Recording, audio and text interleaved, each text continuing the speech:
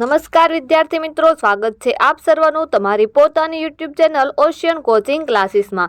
વિદ્યાર્થી મિત્રો, આજે આપણે ધોરણ 7 વિષય હિન્દીની પ્રશ્ન બેંક જે તારીખ 6/1/2024ના રોજ લેવાયેલી છે તેનું સંપૂર્ણ સોલ્યુશન આ વિડીયોમાં જોઈશું। તો જોઈએ એમાં પ્રશ્ન 1, निम्नलिखित प्रश्नों के उत्तर लिखिए। पहलू, आप बड़े होकर क्या बनना चाहते हैं? तो मैं बड़ा होकर अपंगों का डॉक्टर बनना चाहता हूँ। बीजू छे, समारोह के मुख्य अतिथि कौन थे? समारोह के मुख्य अतिथि महादेव गोविंद रानड़े थे।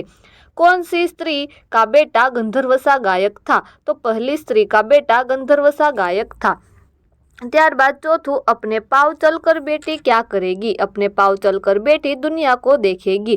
पांचवों, बच्चे को बचाने में देरी होती तो क्या होता? बच्चे को बचाने में देरी होती तो वह सामने से आ रही मोटर के नीचे आ जाता।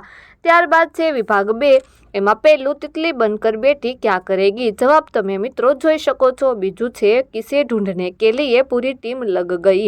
તો એનો પણ જવાબ તમે અહીં જોઈ શકો છો। ત્યારબાદ ત્રીજું છે, दूसरी स्त्री के बेटे की विशेषता बताइए। चौथुं છે, तारा बनने का मतलब क्या होता है? पांचवुं છે, नरेंद्र बड़ा होकर किस नाम से प्रसिद्ध हुआ? ત્યારબાદ વિભાગ 3 માં प्रश्न नंबर 1, निम्नलिखित प्रश्नों के उत्तर लिखिए। એમાં પહેલું, आप जीवन में क्या करना चाहते हैं? ત્યારબાદ બીજું, लड़के ने रोने का क्या कारण बताया? लड़के ने रोने का कारण बताते हुए कहा, उसके पास एक चवन्नी थी जो कहीं गिर गई, अगर वह नहीं मिली तो माँ उसे बहुत पीटेगी। ત્યારબાદ ત્રીજું છે, आदमी सच्चा हीरा कैसे बन सकता है? जवाब તમે અહીં જોઈ શકો છો। ત્યારબાદ ચોથું છે, सफलता किसे मिलती है? लक्ष्य के प्रति एकाग्रता, अविरत अभ्यास, कठोर परिश्रम और लगन से जो काम करते हैं उसे सफलता मिलती है। पांचवुं, संस्कृत श्लोक का पाठ करता हुआ कौन आया? तो तीसरी स्त्री का बेटा संस्कृत के श्लोकों का पाठ करता हुआ आया। ત્યારબાદ વિભાગ 4 માં પહેલું, बेटी पढ़ लिख कर क्या करेगी? जवाब તમે અહીં જોઈ શકો છો। બીજું છે, हजरत अली से मिलने कौन आया? जवाब પણ અહીં તમે જોઈ શકો છો। ત્યારબાદ ત્રીજું છે, सच्चा हीरा इकाई का साहित्य प्रकार बताइए। सच्चा हीरा इकाई का साहित्य प्रकार कहानी है। चौथुं, आदमी कैसे महान बन सकता है? जवाब તમે અહીં જોઈ શકો છો। पांचवुं, पानी भरने के लिए स्त्रियां कहाँ जा रही थी? पानी भरने के लिए स्त्रियां कुएं की ओर जा रही थी। ત્યારબાદ છે, आत्मनिर्भर बनने के लिए आप क्या करोगे? आत्मनिर्भर बनने के लिए हम पढ़ाई करेंगे, हम अपनी योग्यता के अनुसार कोई काम करेंगे, हमारा काम भले छोटा हो परंतु हम उसमें सफल होने की पूरी कोशिश करेंगे। बीजू છે, रानडे को द्वार पर ही रोकने वाला स्वयंसेवक कौन था? तो जवाबમાં આવશે, रानडे को द्वार पर ही रोकने वाला नियुक्त स्वयंसेवक था। ત્યારબાદ છે ત્રીજું, कौन सी स्त्री का बेटा सच्चा हीरा है? जवाबમાં આવશે चौथी स्त्री। अल्पाहार के समय कौन नहीं दिखाई दे रहा था? तो जवाबમાં આવશે क्रिकेट टीम का कप्तान।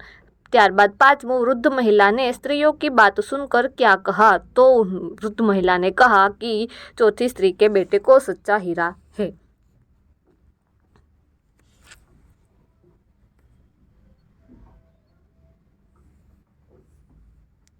ત્યારબાદ છે પ્રશ્ન 2, निम्नलिखित ढांचे के आधार पर कहानी लिखिए और उचित शीर्षक दीजिए। તો અહીં તમને વાર્તા આપેલી છે જેનો જવાબ તમને અહીં આપેલો છે, તમે જોઈને લખી શકો છો।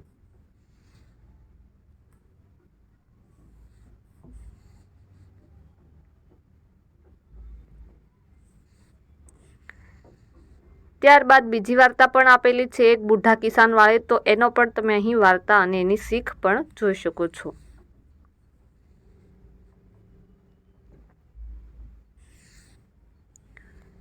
ત્યારબાદ ત્રીજી વાર્તા છે, એક વ્યાપારી ટોપિયા બેચના, તો એ પણ અહીં તમને આખી વાર્તા લખેલી આપેલી છે।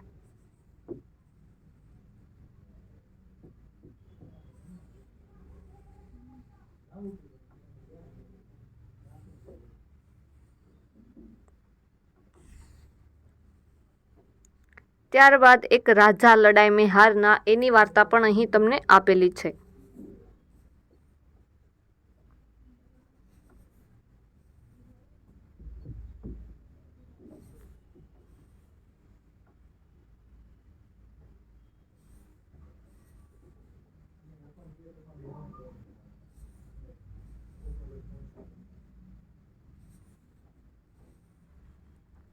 તો વિદ્યાર્થી મિત્રો, અહીં તમને 5 વાર્તા આખી લખેલી આપેલી છે શીખ સાથે. તો શીર્ષક તમારે વાર્તા વાંચીને તમારા જાતે લખવાનું રહેશે. ત્યારબાદ છે પ્રશ્ન 3, ઉચિત વિરામ ચિહ્નો કા પ્રयोग કરકે વાક્ય फिर से लिखिए. તો જો પહેલું વાક્ય એમનેમ સાદું છે, બેટી પઢ लिख कर क्या करेगी, તો એ પ્રશ્નાર્થ વાક્ય છે. તો એમાં આપણે લખ્યું છે બેટી પઢ लिख कर क्या करेगी, પછી પ્રશ્નાર્થ વાક્યનું ચિહ્ન મૂકેલું છે. એવી જ રીતે બીજો સવાલ પણ એવો જ છે, કોઈ બાત નહીં यह लो ચવન્ની.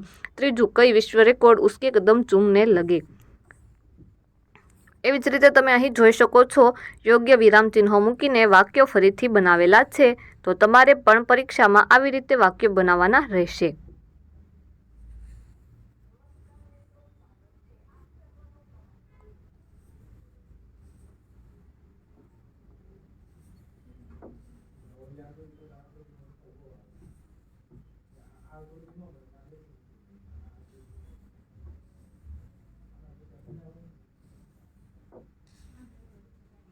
તો વિદ્યાર્થી મિત્રો, અહીં તમને જે વાક્યો દેખાય છે તે વિરામ ચિહ્નોનો ઉપયોગ કરીને ફરીથી લખેલા છે. તો તમે ધ્યાનથી વાક્યો જોશો તો તમને પણ ખબર પડી જશે. ત્યારબાદ છે પ્રશ્ન 4, શબ્દો કે ઉચિત क्रम में रखकर अर्थपूर्ण वाक्य बनाए. પહેલું છે पेड़ भारत का की है मूलत नीम धरती.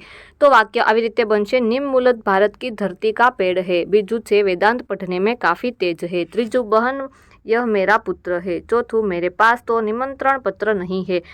પાંચમું, उसके पास एक चवन्नी बची थी. ત્યારબાદ विभाग 2 નું પહેલું, आंगन में दिया जला कर रख दिया. ત્યારબાદ બીજું, वेदांत पढ़ने में काफ़ी तेज है. ત્રીજું, समारोह के मुख्य अतिथि कौन थे. ત્યારબાદ हजरत अली ने मोमबत्ती जलाई. ત્યારબાદ पुराने जमाने की बात है. ત્યારબાદ विभाग 3 નું, हम घूमने जा रहे हैं. तितली का रूप रंग बड़ा मनोहर होता है, उसका कंठ बहुत मधुर है. वेदांत पढ़ने में काफ़ी तेज है. मुख्य समारोह के अतिथि कौन थे. ત્યારબાદ हमें खाने में अधीरता नहीं दिखानी चाहिए, उसका कंठ बहुत मधुर है. नंदनवन में एक छोटा सा तालाब था, हम घूमने जा रहे थे. बेटी तितली बनना चाहती है. हमारे व्यवहार में विनम्रता भी होनी चाहिए, उसका गीत लोग बड़े छाव से सुनते हैं.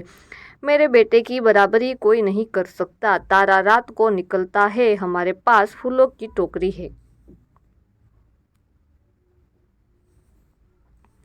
ત્યારબાદ પ્રશ્ન 5, निम्नलिखित वाक्यों में से विशेषण ढूंढकर उसका प्रकार लिखिए. मयंक चतुर बालक है. તો એમાં ચતુર એ વિશેષણ છે અને ચતુર ગુણવાચક વિશેષણ છે. ત્યારબાદ બાલવીર ને 4 મીટર કપડાં ખરીદા. તો 4 મીટર વિશેષણ છે અને 4 મીટર એ પરિમાણવાચક વિશેષણ છે. તેવી જ રીતે અહીં તમને એક પછી એક વિશેષણ અને તેમના પ્રકાર આપેલા છે, તમે તે ધ્યાનથી જોઈ શકો છો.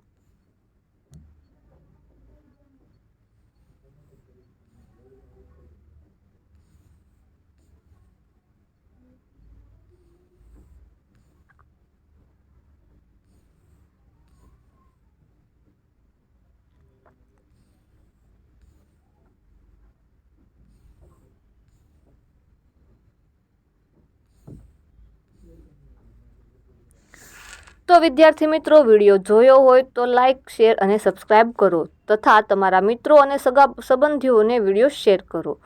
Thank you.